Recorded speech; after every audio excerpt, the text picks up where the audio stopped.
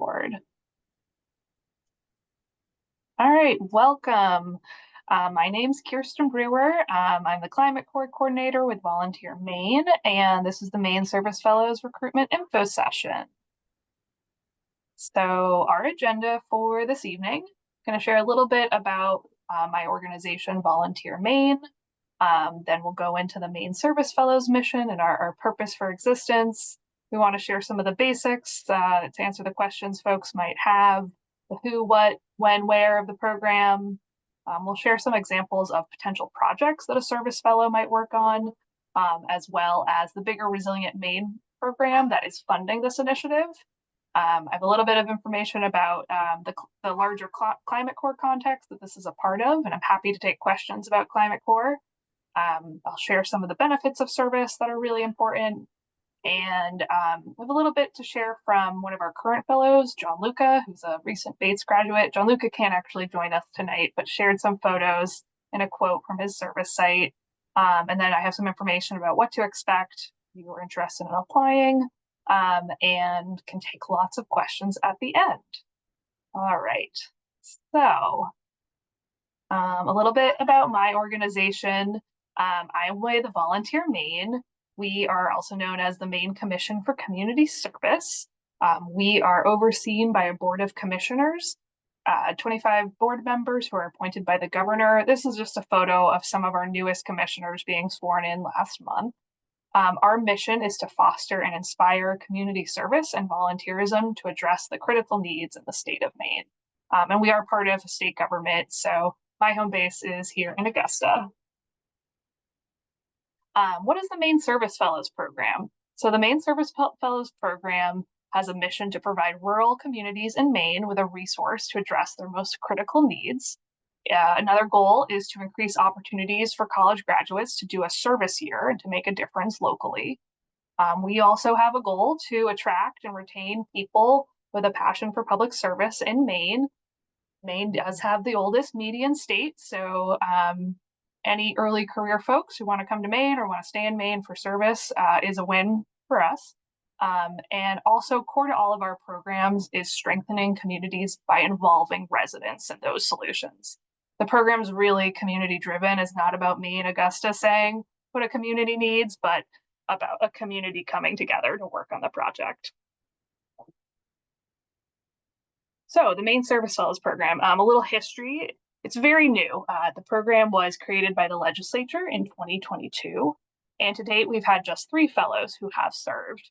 This is a photo of our first service fellow, Sam Gilbert, who completed his term back in April, who came down to Augusta to be recognized by our commission. To date, the program has been funded by a public-private partnership with some state funds, as well as support from the Maine Volunteer Foundation. So really important to our mission, I want to remind folks about what we call the triple bottom line of service. So for all of our programs at Volunteer Maine, we have really 3 goals. One is that whatever challenge, whatever project the program is addressing, that could be climate resilience, it could be wildfire hazards, maybe social connections for elders in the community. The program has a goal to make a difference on that need to move the football down the field in some way and changing the condition of that challenge. Another core goal we have is to develop you, the fellow, so the person serving. Whether you're growing personally, professionally, we hope this is a beneficial year of service where you're getting training, on-the-job experience, making connections. That's very important to us alongside the service aspect. A third benefit we're striving for is that overall benefit to the community. So by involving other volunteers and getting the community engaged in your project, you're increasing civic engagement. And lots of studies have shown that actually civically engaged communities bounce back faster from disasters and are just more resilient because people know each other and they have connections. So who is a fellow? So the eligibility for the program is primarily driven by state statute. So we require that folks are within 5 years of a college degree. That could be an associate's degree, bachelor's, or higher level, master's or doctorate. They have to be at least 20 years old to serve. There is no upper age limit. You do need to have work authorization in the United States. We cannot provide sponsorship, but no specific citizenship requirements. Some sites might have additional specific qualifications. Maybe there's a particular skill set they're looking for, or maybe, someone needs a driver's license in that position, but that would be clarified in a specific position description. The fellow serves for 1,800 hours over 11 months, and you're part of a team that is all across the state of Maine. So you're not seeing each other every day, but you're at a host site in a local community, but you have other fellows in the community who are in similar positions. And welcome someone who just joined on a little bit late. We'll take some questions at the end, but feel free to put questions in the chat as I'm going. So where might you be serving? The Maine Service Fellows places fellows at host sites in the rural counties of Maine. So on this map, you can see that's all the counties that touch the Canadian border, down along the coast, till about Wiscasset. So it's the communities that tend to be less resourced. There's just less people. It does include Penobscot County, but towns with less than 5,000 people in Penobscot. So not Bangor, but the smaller surrounding towns. The type of organization that might be your host site could be a nonprofit, state or local government, an educational institution, faith-based, several more different types of organizations. Really anything besides a business can be a host site. To date, most of our host sites have been, I think all of our host sites have been nonprofits, but we are planning to place folks with more municipalities in the coming years. This project is currently funded by the Resilient Maine Project. This is a new state grant that the state received from the NOAA federal agency. It has a goal to increase climate resilience in the state. So currently all of the projects we're developing all are related to climate resilience action in some way. The grant is quite large. It's a 5-year grant, $69 million. A lot of people across state government and other organizations are involved. Maine Service Fellows is just one smaller piece of it. But there are 3 big strategies in the grant: building capacity, investing in nature-based solutions, and strengthening working waterfronts. The Maine Service Fellows piece fits into that building capacity. So the state has recognized that small rural towns need more capacity, need more help to take action at the local level. And so in addition to grant funding that they're releasing, the Maine Service Fellows can provide a person, human resources, to help with that capacity and to help implement projects. This funding is available through 2028. So we're looking at 4 years, starting next year in 2025, of 5 fellows per year focused on climate resilience. So if you're watching this and you're not going to graduate for a few years, that's okay. Circle back. We hope this program will be going strong. So what do we mean by a climate resilience project? There's a lot of different activities and a lot of different needs in small towns to be more resilient in face of climate change. But what we're talking about is anything that is an adaptation and a preparation for the impacts of climate change. So things like energy projects, that's about reducing emissions, that wouldn't be eligible under this particular grant. But anything that helps a town bounce back more quickly, because unfortunately, climate change impacts are probably going to happen. But how is a community resilient and adaptable to those scenarios? What does that look like? This is a list I've come up with based on what I've been hearing from towns, but it's by no means inclusive of everything that someone might work on. But also an individual would not be doing all of these activities. But they vary from conducting vulnerability assessments, so a town knows their baseline level of risk, preparing for river flooding or coastal flooding, working on town-wide planning to get ready for threats, working on natural hazard mitigation. Increasing local food production and consumption is a climate resilience strategy in case, importing food is more difficult when there's climate threats. Conserving more open space, protecting water source, so drinking water stays clean and fresh for folks. working on emergency management systems, especially, notifying folks in case an emergency is coming. Public health preparations fit under climate resilience, and climate education in school. So engaging youth or youth out of school in understanding impacts of climate change could all potentially be a project that a fellow might be working on.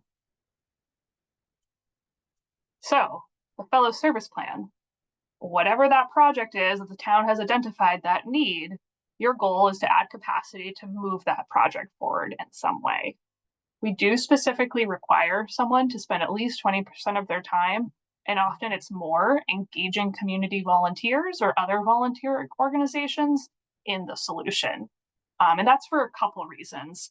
A key one is that you're only there for about 11 months. So how do we create sustainability so whatever you create keeps going after you've moved on? And one strategy is to engage those volunteers and partners so people are trained up, people have systems, they know how to keep doing the thing after you've moved on. So we anticipate that folks will be, directly implementing resilience building activities in the community. They'll be engaging volunteers, building partnerships to continue that impact. We expect that fellows will be training community members on existing tools. The state and other partners have made many different mapping tools, guides, and more are coming with this new NOAA funding. And sometimes in the local community, people don't even know they exist. So really important to connect folks with those statewide resources. And a key piece is also engaging vulnerable populations. So make sure they're participating in the project. Sometimes that can be really time-consuming activities, knocking on doors, calling people to check in, building relationships and connections. But it's really vital to make sure the whole community is engaged in the project.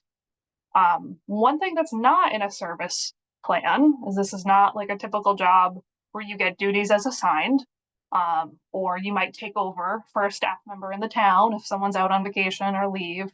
You're really there to conduct a particular project. And yes, that might mean being flexible and being part of the team and stepping up to help other folks, but it's not like you're a general admin person for the organization. You're really there to move that climate resilience project forward. This project is part of the larger Climate Corps movement.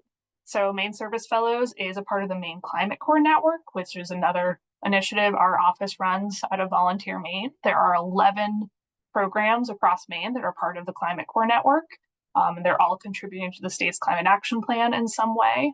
And we're also part of the American Climate Corps, which is a relatively new, I think, one-year-old initiative of President Biden's administration. It was announced as an executive order in September 2023, and programs around the country that meet the criteria of the American Climate Corps that are paid opportunities for folks to take climate action and get training have been able to opt in. So we are part of both of these larger movements, and I'm definitely at the end happy to take more questions about other opportunities in the Climate Corps Network because there are a lot of great things happening.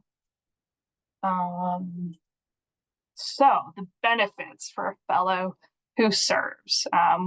We call this service, but it is a paid opportunity because we know people need some support to commit to a year of service.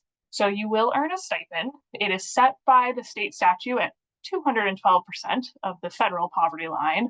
And what that math works out to right now is about $28,000 for the 11th month term, and it's paid like a salary, evenly across your term of service. You anticipate that number will go up in January when they release the newest poverty line. And we'll inform folks, when that figure goes up.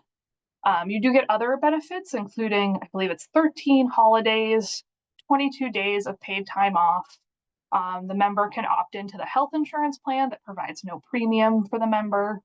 And then at the end of service, if you successfully complete service, you're eligible for an education award that's about $5,000 right now, and that can be used to pay off student loans. There is an opportunity to extend service. If you're successful at your site and your site agrees and is interested in continuing for another year and contingent always on continued funding, folks can serve up to 2 years.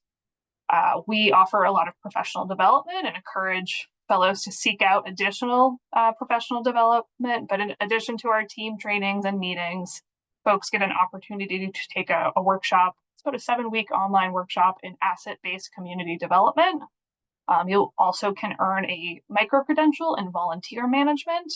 And we anticipate with this new funding from NOAA and collaboration with the NOAA staff, there's going to be a lot of networking and training directly from those. We're still working it out. The grant's really new and exciting, but while you be placed in a small local town, you're definitely part of a bigger statewide and national movement, which is very exciting. I wanted to share a little bit from one of our currently serving fellows who is a recent Bates graduate. Gianluca was really busy with everything going on at his site and sent in a photo and some quotes instead of being able to attend this evening. But Gianluca shared he's a recent Bates graduate with an environmental studies degree, and he joined the Maine Service Fellows to be the Community Resilience Fellow with the Center for an Ecology-Based Economy. That's in Norway, Maine. He shares he wanted to be working in climate justice and directly with local communities, so this job felt like a perfect transition. And Gianluca started in August and shares this experience has shaped me incredibly so far, not only giving me opportunities for training, but also giving me tools to shape my professional future. And this is a display at a recent public event where Gianluca attended.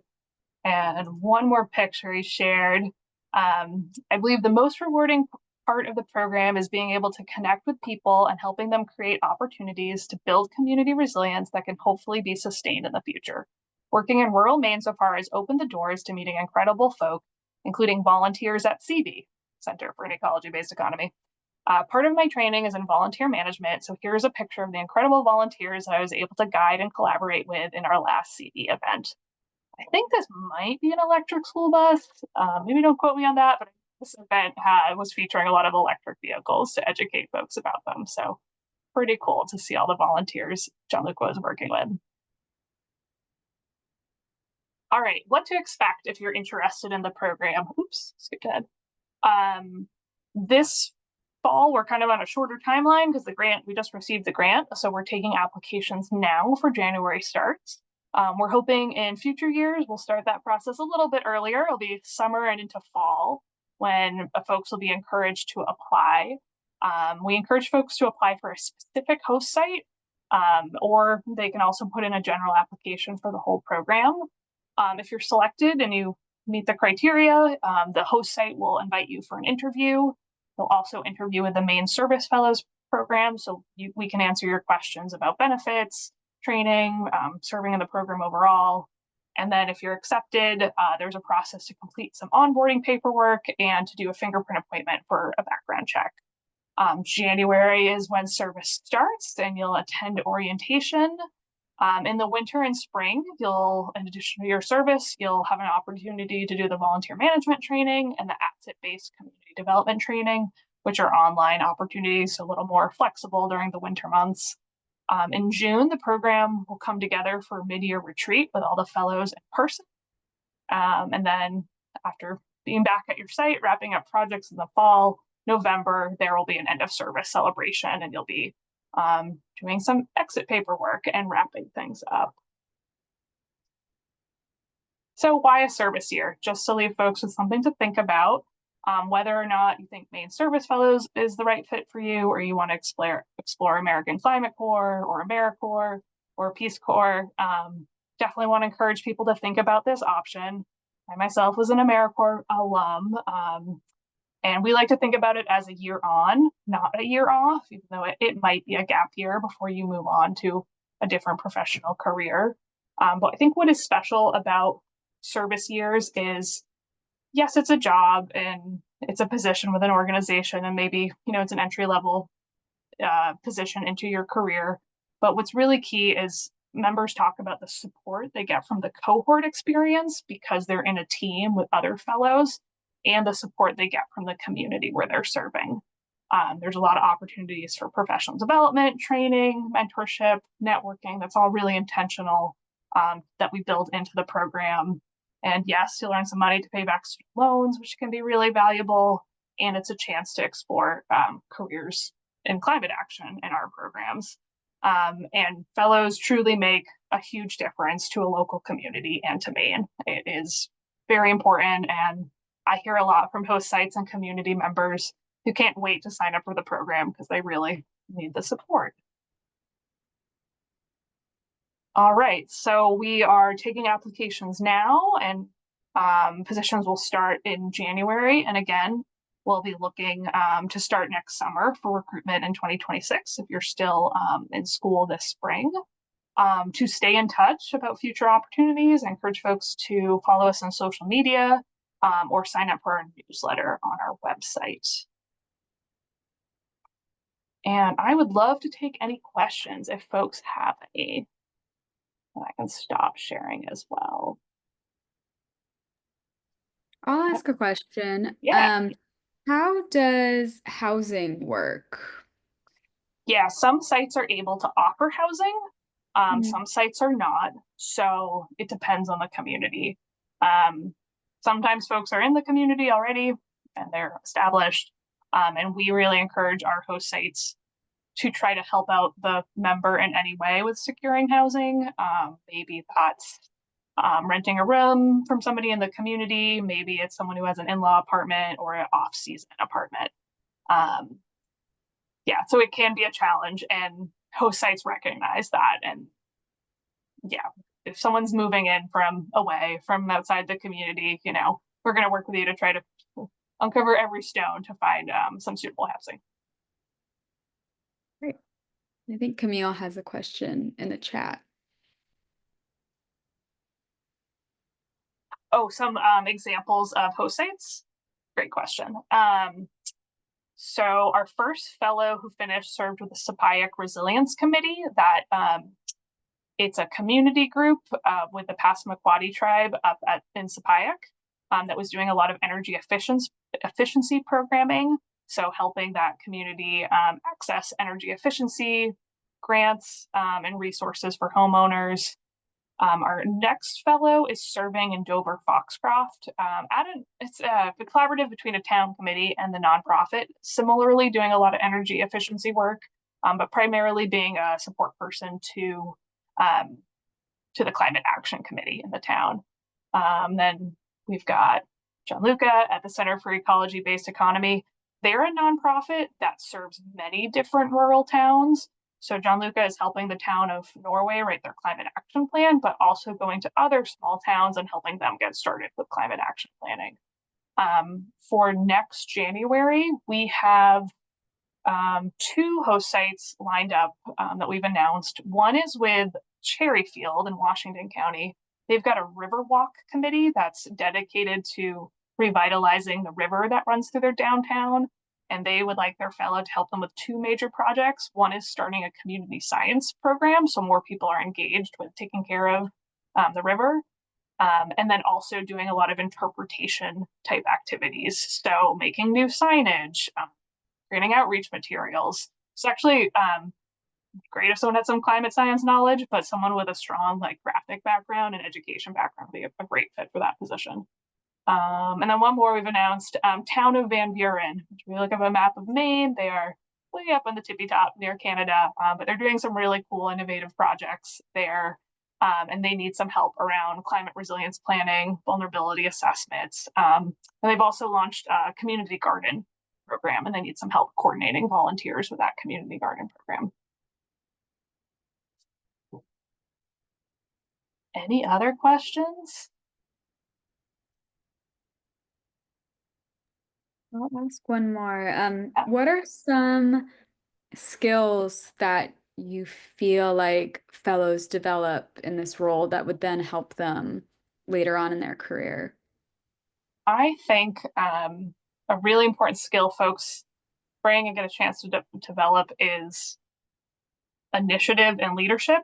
So often in these communities, sometimes there are staff, and often it's a lot of volunteers who've been leading the projects to date. So getting to take that ownership of a project and take the community's ideas, feedback, and then run with it, make that plan, make decisions, engage more people, is a tremendous opportunity to then take to the next workplace. Great. Thank you. Yeah, thank you.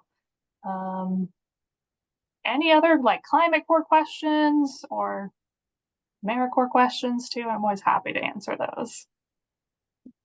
Just like for if it's part of AmeriCorps, are there like any benefits of that or like a larger community you can be a part of? Yeah, it's a good question. Maine Service Fellows specifically is not part of AmeriCorps, and it's for a couple reasons. It's because it's not federal. It's a little more flexible for the towns, and the citizenship requirements are more flexible. AmeriCorps, as being part of the federal program, though, does have its own benefits.